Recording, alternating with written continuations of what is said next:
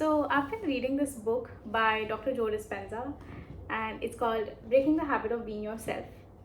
It's an amazing read so far, and I highly recommend this book to y'all if you're into neuroscience, manifestation, the inner workings of all of it.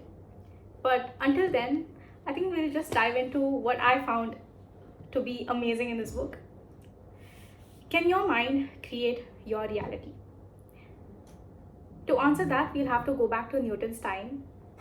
And I think we are all aware of Newton's laws of motion. He emphasized over matter, and he just thought that energy was basically a force that was needed to push objects around, or something that was needed to move objects from here and there. That's it. Matter and energy until then were considered to be different entities until Albert Einstein comes in and gives his breakthrough equation, E is equal to mc square. This equation was a very big deal because it equated energy and matter.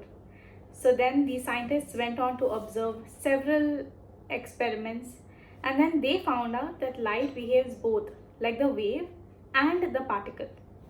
Out of all of this, we had a new field that was born, and that was called quantum physics. Now we'll not be getting into the physics aspect of all of it because I don't think I can.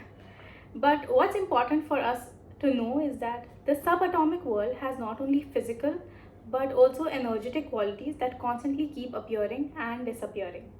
And these quantum physicists, they went on to discover that the person who observes or studies or measures these particles had an effect on the particle and on the energy around it. So it was found that these electrons exist simultaneously in an infinite array of possibilities in a field of energy. Now, quantum physicists gave it a term and called it as the collapse of a wave function or the observer effect. And what exactly is a wave function?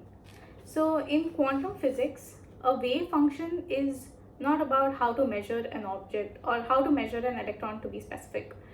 It is the probability of finding an electron in a particular place. So if you're measuring the wave function, there can be a 50% probability that the electron is at point A and a 50% probability that the electron is at point B. So this is a wave function. But the minute you observe it, it can't exist as a probability. It becomes finite. It becomes a definite position of that particular electron. So if these subatomic particles can exist in an infinite number of possible places simultaneously, we are potentially capable of collapsing into existence an infinite number of possible realities. Let me read that again. If these subatomic particles can exist in an infinite number of possible places simultaneously, we are potentially capable of collapsing into existence an infinite number of possible realities.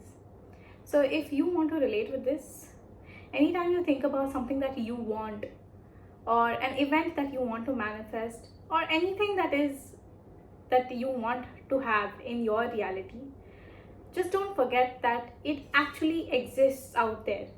It's just waiting for you to observe it. That's all I have to say for today.